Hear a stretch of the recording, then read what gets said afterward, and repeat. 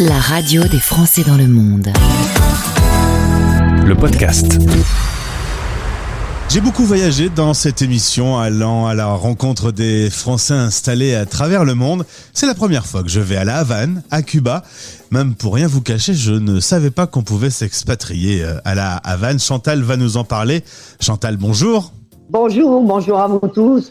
Merci d'être avec nous aujourd'hui. On rembobine quelques années en arrière. Tu es originaire de Bordeaux. Tu vas traverser une épreuve de la vie, un cancer du sein. Et à la sortie de ce cancer, tu vas vouloir un peu de soleil et vivre une autre aventure. Et tu vas partir t'expatrier à Cuba. T'as vite su que c'est Cuba qui allait être le pays de destination de cette nouvelle vie. Disons que si tu veux, au premier voyage, ça m'a pas donné cette impression-là. Mais à mon deuxième, quand je suis revenue, alors que j'y avais passé que 3 semaines la première fois, j'ai eu l'impression de rentrer chez moi. Ça a été une impression qui a été énorme pour moi d'arriver à l'aéroport et comme si je revenais en terrain conquis, si tu veux. Comme ça si m'a c'était donné à la cette maison. impression-là. Ouais, comme si Tout tu à rentrais fait, à la comme maison. si j'étais à la maison. Alors on est dans les Caraïbes, pas très loin, les jours où il fait très beau, on voit même Miami, 11 millions d'habitants. C'est très riche d'un passé colonial, d'influence africaine, des décos uniques. La Havane est une capitale absolument magnifique. C'est là-bas que tu vis. C'est là-bas que je vis. Oui, je vis là depuis 10 ans. Puisqu'avant, j'ai vécu pendant 10 ans dans une petite ville qui s'appelle Jibara et qui se trouve dans l'Orient. C'est-à-dire, quand on regarde sur la carte, c'est en ligne droite sur l'autre côte par rapport à Santiago de Cuba, à côté de Holguín. Et finalement, aujourd'hui, tu es dans la capitale. Tu y as trouvé un mari. Sans t'être marié avec un Cubain, tu n'aurais pas pu rester. Non, j'aurais pas pu rester. Si je m'étais pas mariée, je ne pouvais pas rester. Alors maintenant, c'est un poil plus facile, mais guère plus. Le mariage apporte quand même beaucoup plus la tranquillité. Déjà, le fait de pouvoir rester 6 mois. Avant, moi, je sortais tous les 3 mois. Donc là, on peut rester 6 mois et voire même plus. Moi, maintenant, je suis résidente permanente et indéfinie puisque j'ai plus de 60 ans. Et donc, ça me permet je sors plus, moi. Par contre, j'ai une obligation quand je sors en France, de rentrer. Alors, il y en a qui disent tous les ans, sinon c'est tous les 2 ans, mais on a une obligation.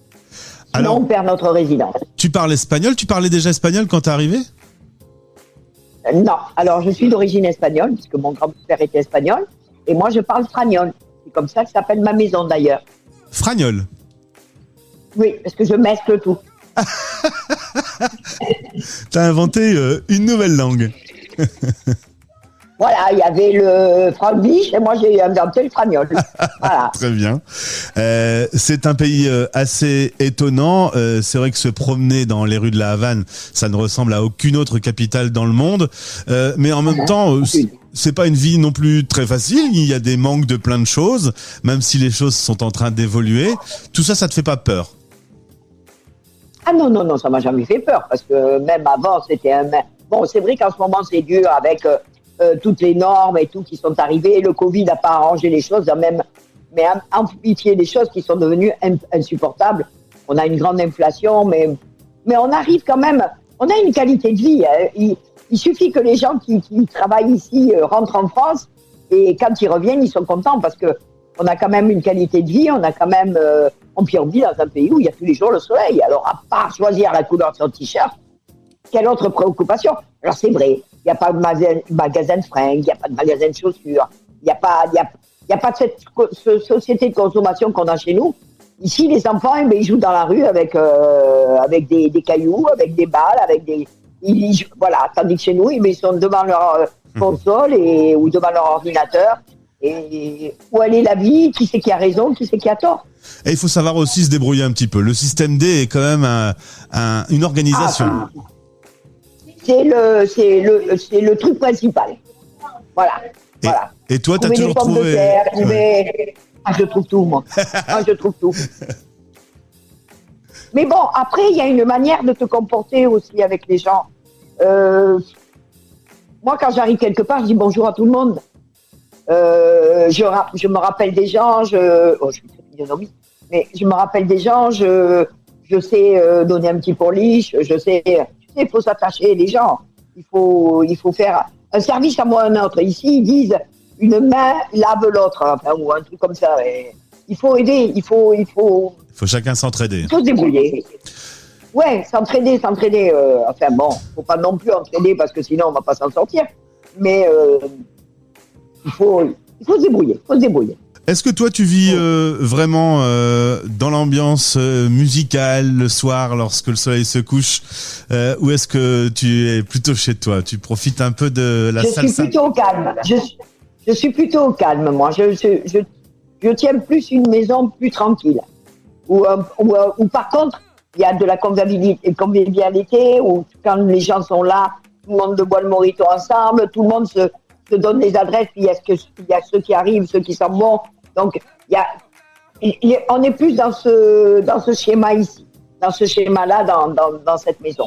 Oui, et la convivialité. Et la France te manque pas, là, depuis ton départ, il y a 20 ans?